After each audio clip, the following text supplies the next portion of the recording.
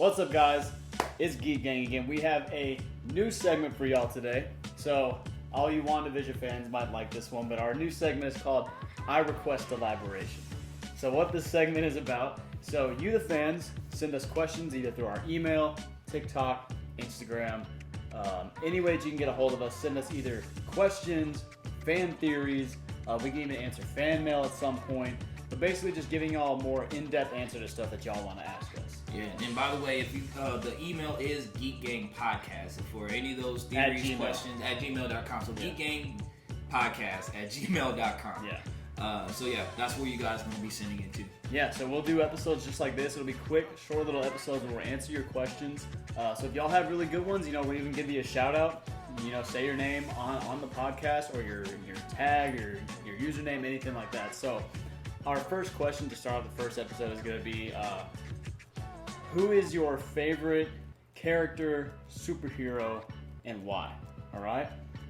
Everybody got theirs? Got it, okay. And again, y'all feel free to put your answers in the comments too. Tell us who your favorite superheroes are, favorite characters, DC, Marvel, anime, and just give us a reason why. But I guess I'll go ahead and start. All right. So, my personal favorite superhero is going to be Thor. Because I too have a big hammer.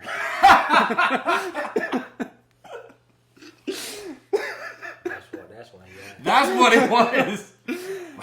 But I feel like he thought about that too quick. but seriously.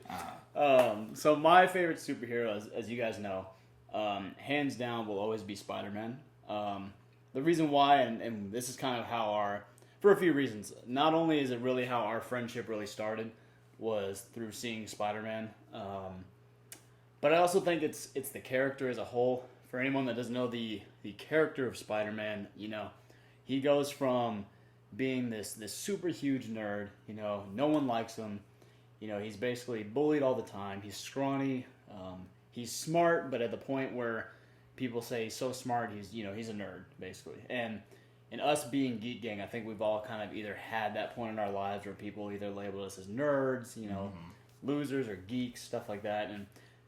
And I think the reason why Spider-Man will always be my favorite is because, as most people know, he's so relatable. It's one of those characters where you can watch one of his movies, you can read a comic book, and you see, like the bullying he goes through, the kind of like torment he goes through, which is stuff that I've gone through. Like, Sean, you knew me in high school. Like, I was super skinny. I was super small. You and I did theater together. Most people don't know that. But, again, it's one of those things where, like, it's a form of expression. Like, we both loved film. We loved being a part of that. But, every once in a while, you had the people that were like, you like that? Right. So I think seeing a character that has a turning point in his life where he changes so much, where not necessarily the bullying stops, because even whenever he is Peter Parker, after becoming Spider-Man, he's still bullied. He's still, treated like this nerd, but you see him really develop and grow into this character. And I think the respect that he has for himself that he grows is, so he's like, I know I'm a superhero, but I also know that average life, I'm still going to be a loser. Or someone is still going to see me as a nerd, or someone's going to see me as a geek. And that's kind of how I feel now. I mean, I've grown a bunch, emotionally, physically. I'm a strength coach now. Like, I have jobs now that people in my high school would have never had. And there's people that went to our high school who couldn't get that job, and I feel like I've developed and grown a lot, and I have, a college degree in what I have, and all these certifications, and I've grown to be this person. But, we do stuff like this, and we think it's awesome, Right. And hopefully y'all think it's awesome. This is why we do it, to have an out to people that we can talk to, and, get a fan base that feels how we feel. But just like, Peter Parker and Spider-Man is, there's always going to be those level of people that see what we do and have to put a label on it. We say Geek Gang because we know it. Like, we know we can be nerdy. We don't we don't care. Like, yeah, exactly. This is what we love to do. This is how this friendship really, really started, was through stuff like this. So when we say the term geek, it's like we're a squad. We're Geek Gang, but it can always be seen as something else. And I think his character really represents the misfits, I guess you could say, who, it's not all the time where, power or money or whatever go to the people that most deserve it. You see, people in life who maybe, aren't really good people. They get the money, they get the girls, they get the life.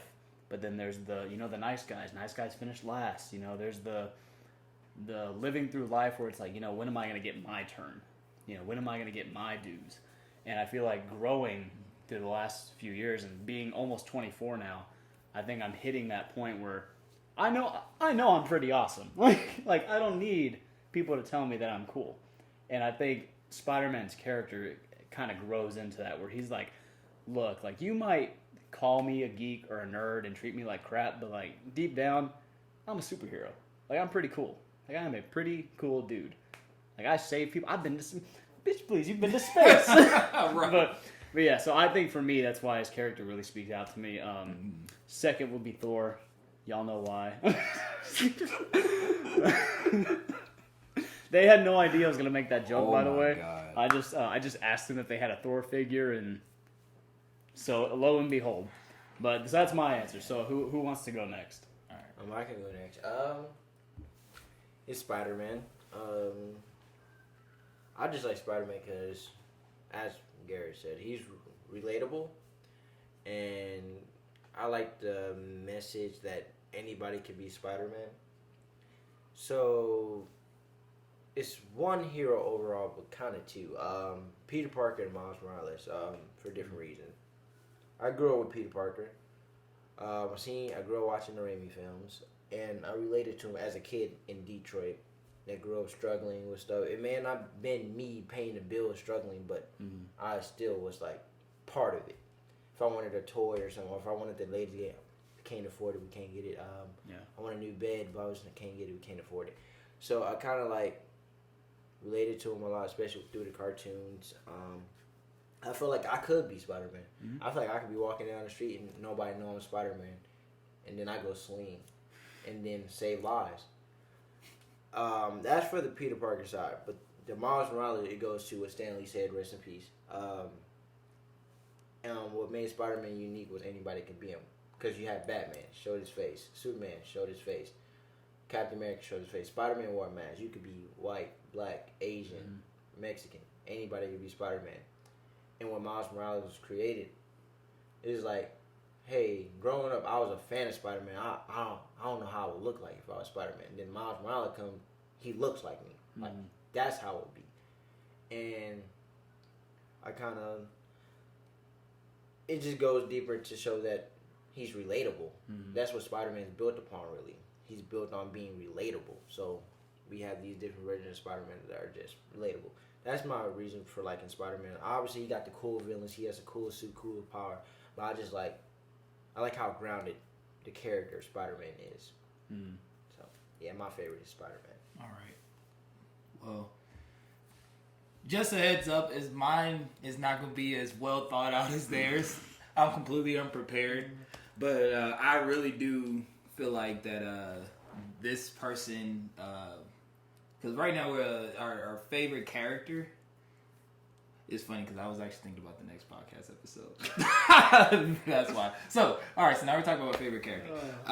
Actually, I'll say one of my favorite characters in Marvel is, believe it or not, actually Beast from X-Men. And the reason why, and I actually like X-Men in general. Like X-Men, believe it or not, X-Men is actually my favorite branch in Marvel. It always been. I grew up with the X-Men cartoons, the different. I think it was like 3 different X-Men shows, like X-Men Evolution, the animated series, Wolverine and the X-Men, which I'm all binging right now on Disney Plus. But the reason why I kind of connected with Beast was like quite a few reasons. As you can see, that I am African American. And that's, I'm not saying that, my life was just so hard because I was black. I actually, believe it or not, I can honestly say I had almost pretty privileged life. But I guess when I got older and I started, branching off from being under a household, to be honest, I didn't really know I was black until later in life, until I got really into high school and college.